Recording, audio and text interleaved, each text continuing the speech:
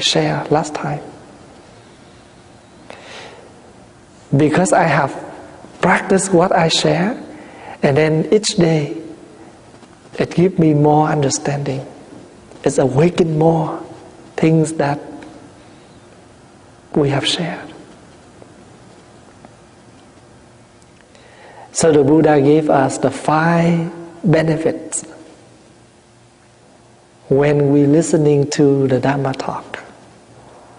Another word, if we listening to good things, it gives us more benefits. And the first thing that the Buddha shared with us is we have a chance to listen to something that we never listened before.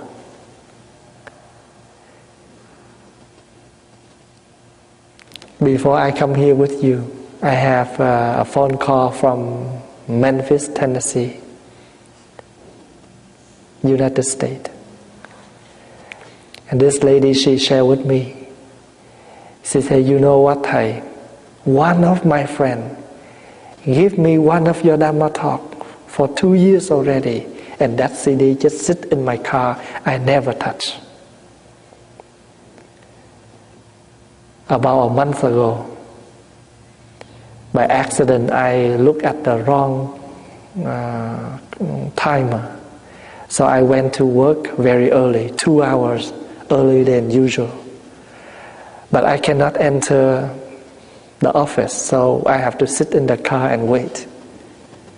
So when I'm so boring and sitting in the parking lot, I have nothing to do, so I try to to find some of the music CD so I can listen.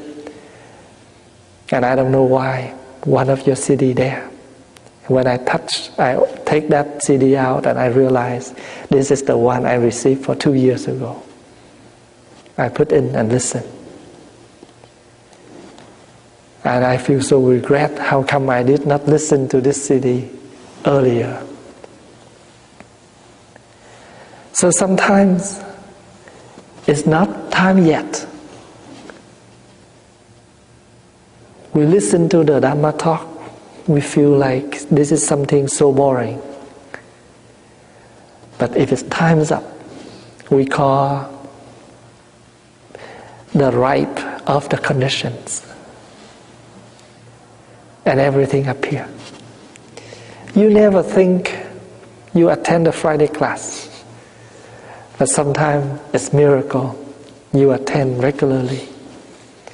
You never think that you will meet the Buddhist teaching and you practice. But when there is conditions come, things will be available.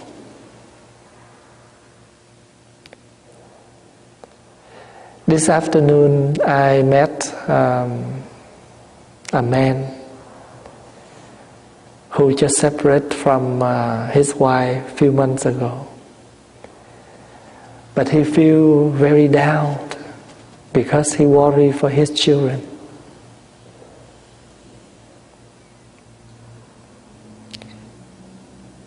One of his best friends told him, you should come to see Thầy. You should tell him what's happened to your life. And I sit and listen to his sharing. And I share with the same as I used to share with you.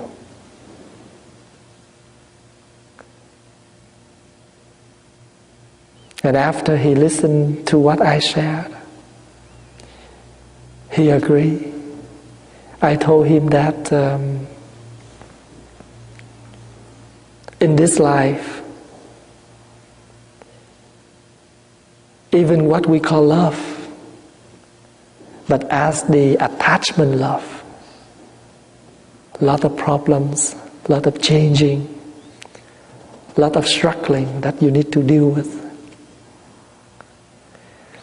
If you have love, but the love with no attachment, then that love is more liberation, more freedom. Now, what you need to do is you need to look forward. You have a lot of things to do, not only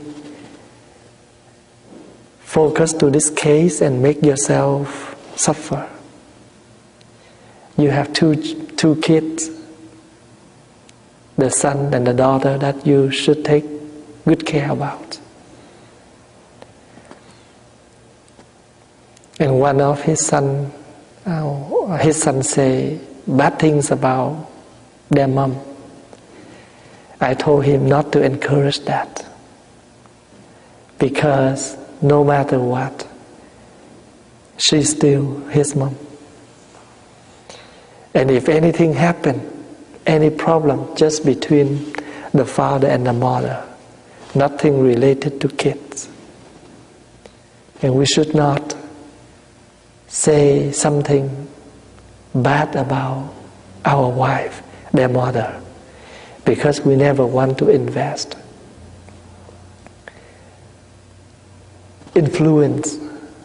the negative thoughts for the kids. And if we have time to reflect, and we will see that maybe our spouse, they have a very negative background. When they was young, they was a youth, they have no family also. So because of that, they get used to that and they become the habit. And when they have a family, they just live the same. They just follow the regular things of a human. When you grow up, you get married. But you don't know what is the meaning of the marriage. Sometimes you live together with that person, but you never understand that person, and you don't know how to create or to bring the true happiness for yourself and for that person. So we need to listen, we need to reflect, and we need to find out a way. If we don't learn, we know nothing. So listening to good things that able to give us to understand many, many things that we never listened before.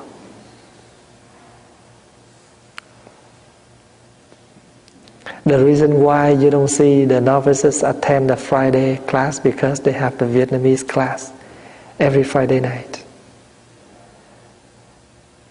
I request one of the members to come here to give the class for the young novices. And you know, as kids, they was born in Canada, the English is their language. They don't speak Vietnamese much. And sometimes they get boring. I told them, you should spend time and slowly learn. Because the more language you know, the better for you. Let's say if you come to the Vietnamese temple, and that's nice that you can learn some words in Vietnamese. When you see the nuns, when you see the senior, you can say hello to them in Vietnamese. They're very happy.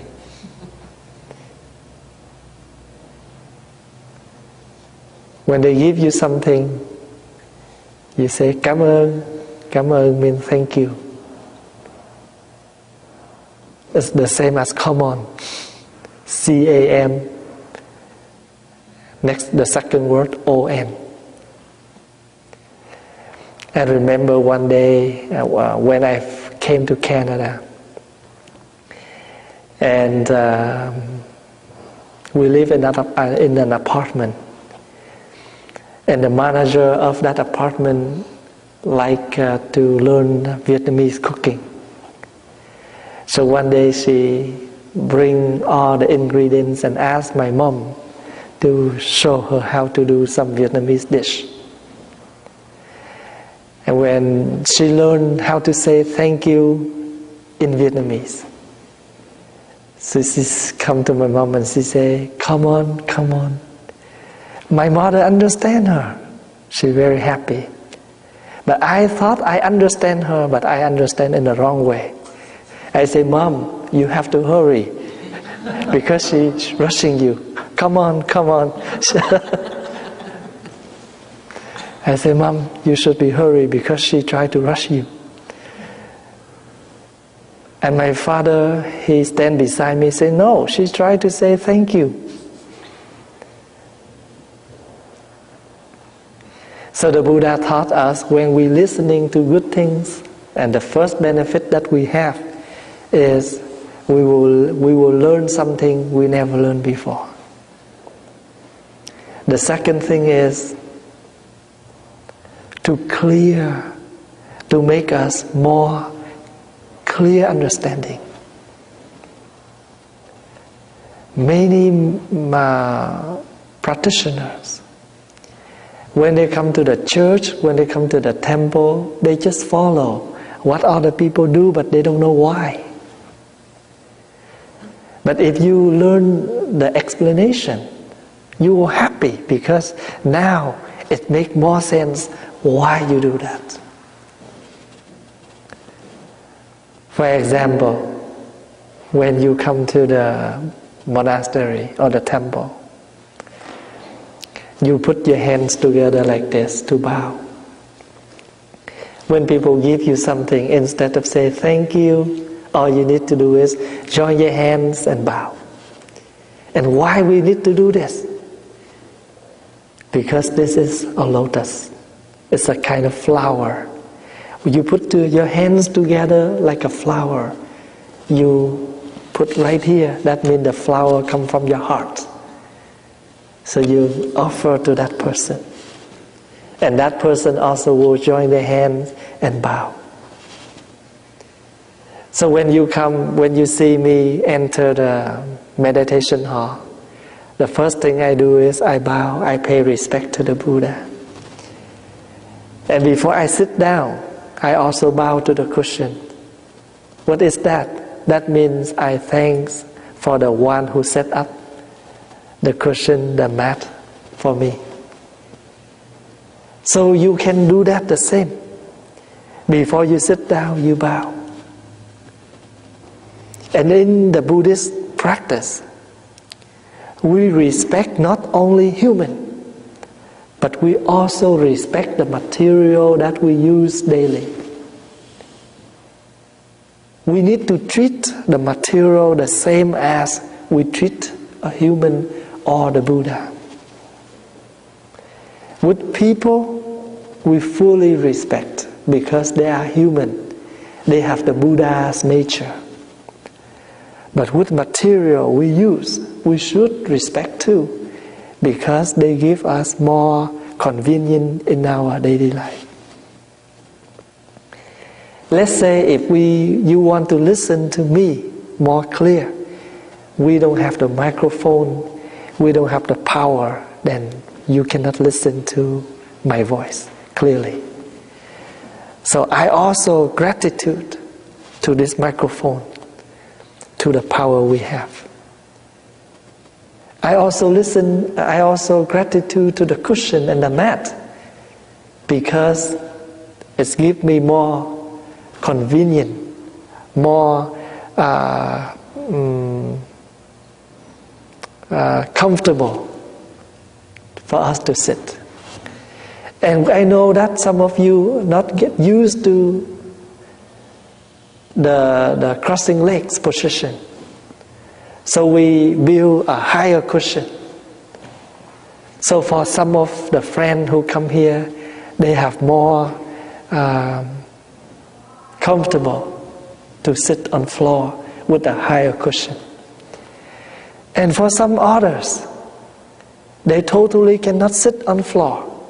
So we build a bench around the hall so they can sit for meditation or for listening to the Dhamma talk.